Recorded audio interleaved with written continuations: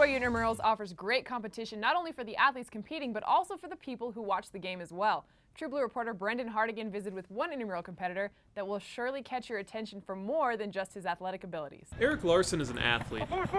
His best friends Tyler Gardner and Parker Murray both say that he's the best player on their BYU intramural football, basketball, and inter-tube water polo teams. But there's something about Erik that makes him being the best athlete around more than a little unique. He only has one leg. The three friends have known each other since they were toddlers, and they've always been there for one another.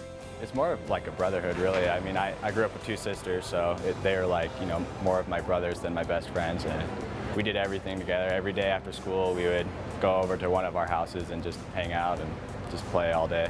We've done everything together, so it's just been really cool growing up together. And all our families are friends, so it just worked out perfectly. It passes the normal friend point, because I've got friends that have had friends for a couple years, but then there's a difference if you've had them since you can remember. And so it's kind of passes the friend point into more of a family thing where it's just they're there, they're always there. But one day at school when Erik was 11, something happened that would dramatically change the rest of his life. While playing kickball outside, Erik fell down on his leg awkwardly, causing him to be rushed to the hospital. And after school, we talked to all the other kids who were in his class, and they said, "Oh, Erik's playing kickball. He tripped, broke his leg. The ambulance took him. It's not a big deal." I remember we were told a few days later exactly what happened. But I remember we were walking down the steps to elementary school in the morning, and Parker told me, "Did you know Erik has cancer?" They found a tumor in my left femur, and I went through 14 months of chemotherapy, and 6 months through my treatment, I had my left leg amputated. Partially amputated is kind of a unique surgery where they got rid of my thigh and my femur and brought up everything below my knee and flipped it around and reconnected it. So my ankle actually works like my knee now. It gave me another joint, so I'd be able to do all the things that I love to do. Erik is has a ton of hope, and he's able to just see past it and have an eternal perspective on things. When looking back on his experience now, breaking his leg turned out to be a blessing in disguise. If he had never been to the hospital, he may not have found the tumor in his leg in enough time to stop the cancer from spreading. I mean, it could have. I had felt some pain in my leg prior to breaking it, but they said I had my tumor for about 3 months before I broke my leg. Once cancer-free, Erik made sure not to let losing his leg define what he could and couldn't do.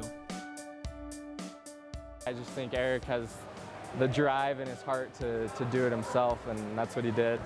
All that matters is your frame of mind, and if you decide that you're going to make the best of it, then things are going to work out great for you, and it'll never stop you. That's been my whole motivation, is I don't like to be stopped or controlled from doing anything or limited in any way.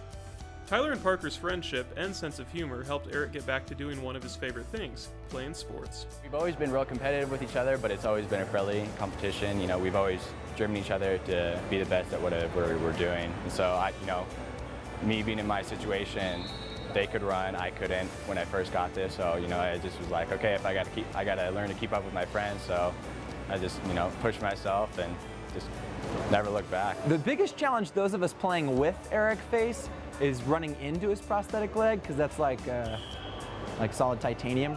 And that was when we were younger, that was the problem. We would just bang into his knee, and then we'd be like, oh, and Erik would be like, how do you think I feel? Because he bangs his knee way more than we did.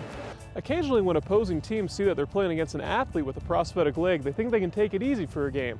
When they play against someone like Erik Larsen, they quickly learn that they still need to bring their A game. In football, it's always the same thing where they're at first they won't rush in as hard for the first play, and then he does a bomb, and they're like, we can't give this guy any more time than he needs because he connects.